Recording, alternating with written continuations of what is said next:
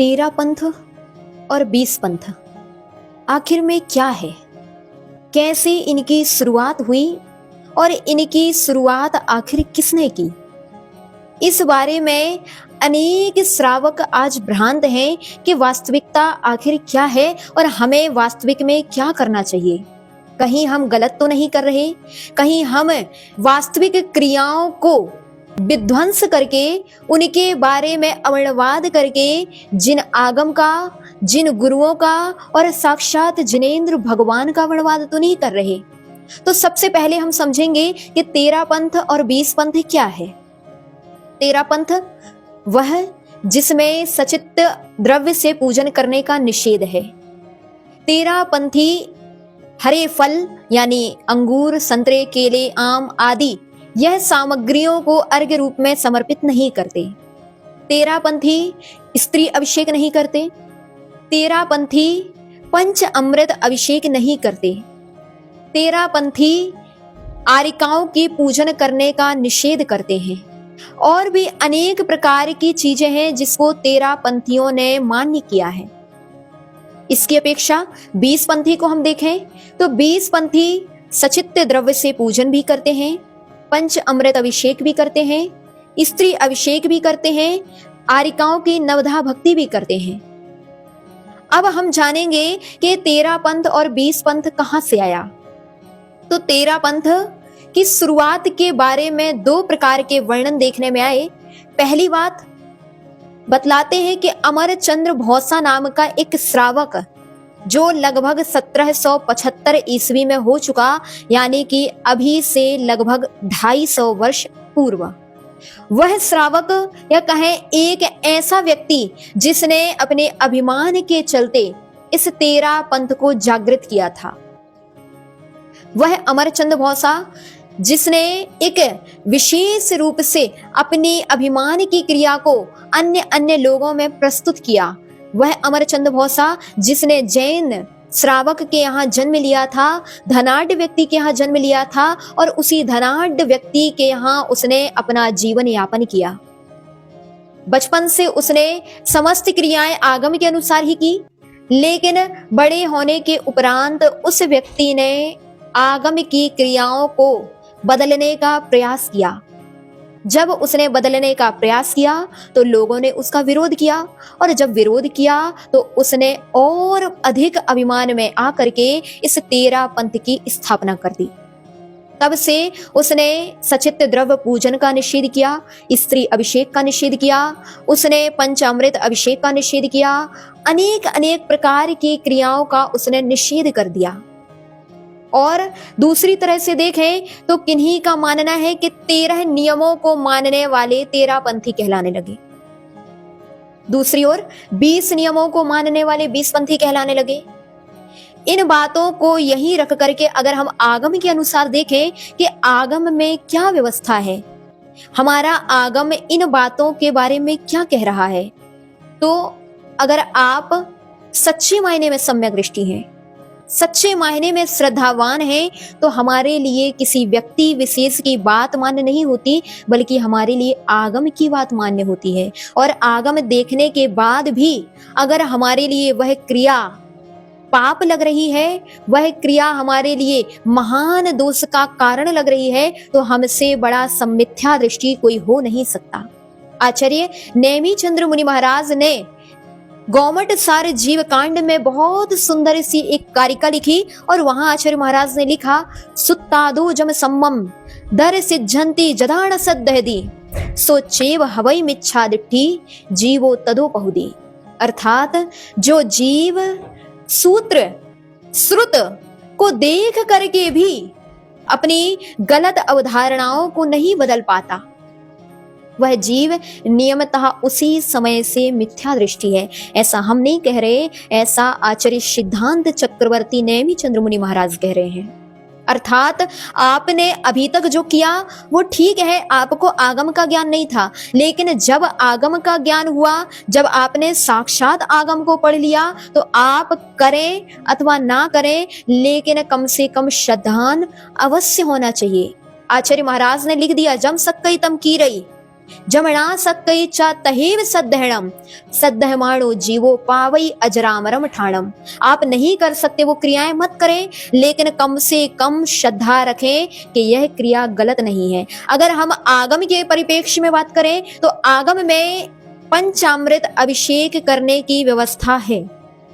आप पद्म पुराण पढ़ लें, उमा स्वामी श्रावकाचार पढ़ लें, आप वशुनंदी श्रावकाचार पढ़ लें, आप व्रतोद्योतन श्रावकाचार पढ़ लें। अनेक अनेक प्रकार के श्रावकाचारों में पंचामृत अभिषेक का वर्णन है।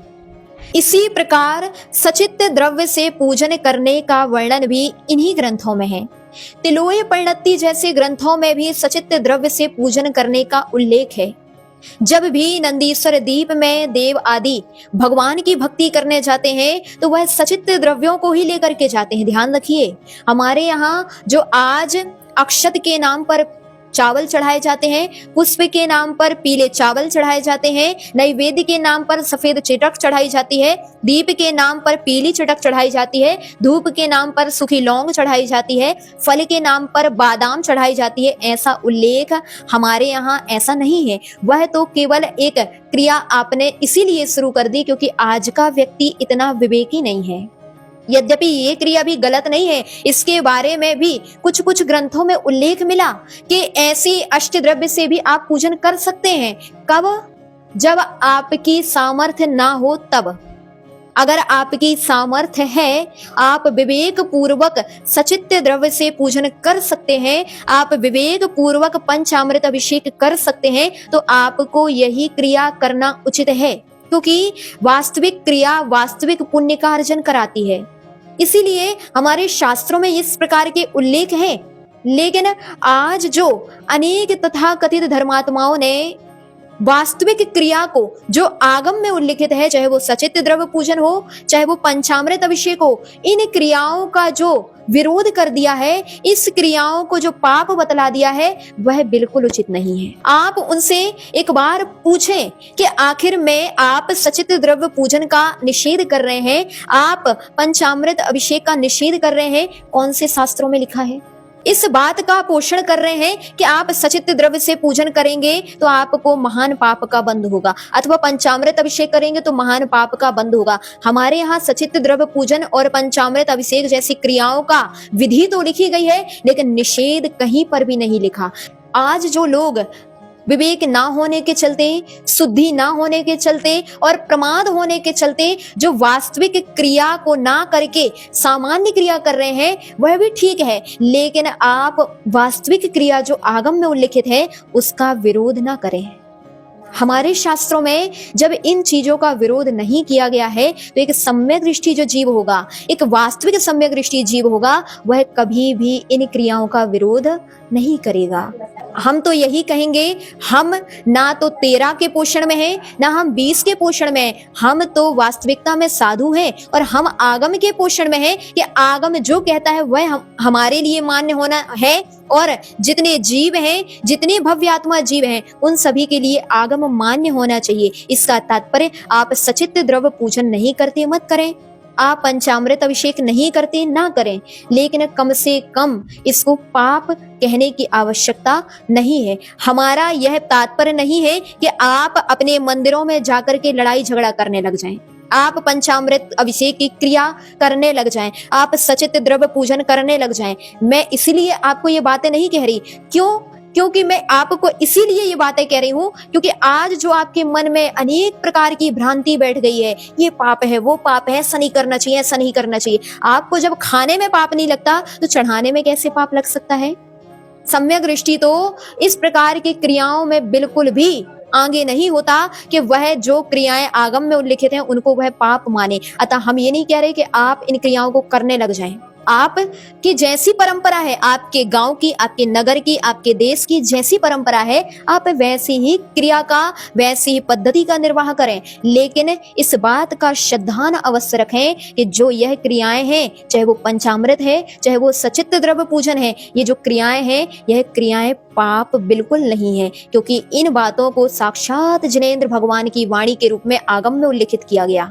इसलिए अपनी श्रद्धा को निर्मल बना करके रखें। और एक सुक्ति हमारे यहाँ कही जाती है, यद्यपि शुद्धम लोक विरुद्धम ना करणीयम ना चरणीयम। यद्यपि यह क्रियाएं शुद्ध हैं, लेकिन फिर भी लोक विरुद्ध होने से आप इनको ना करें तो कोई बात नहीं, लेकिन आप श्रद्धा अवश्य रखें कि यह क्रियाएं हमारे आगम के अनुसार होने से श्रद्धान करने योग्य हैं। और अगर आपने अभी तक इस प्रकार की आगम कथित क्रियाओं का अवर्णवाद किया हो कि ये पाप है, ये पाप है, ऐसा नहीं करना चाहिए, तो आज ही जाकर के जिनेंद्र भगवान के साक्षी में क्षमा याचना कर लेना, भगवान के चरणों में श्रीफल भेंट कर देना और गुरुओं के पास जाकर के प्रायश्चित ले लेना कि भगवान, मैंने अभी तक अज्ञानता के कारण शास्त्रों का अवर्णवाद किया और अब मैं उसकी क्षमा याचना करता हूँ। मैंने अभी तक उस बात को नहीं समझा था, लेकिन अब मैं अपने सम्यक्त्व की रक्षा के लिए इस बात की क्षमा याचना करता हूँ। और आगे अगर आप ऐसा नहीं कर पा रहे हैं,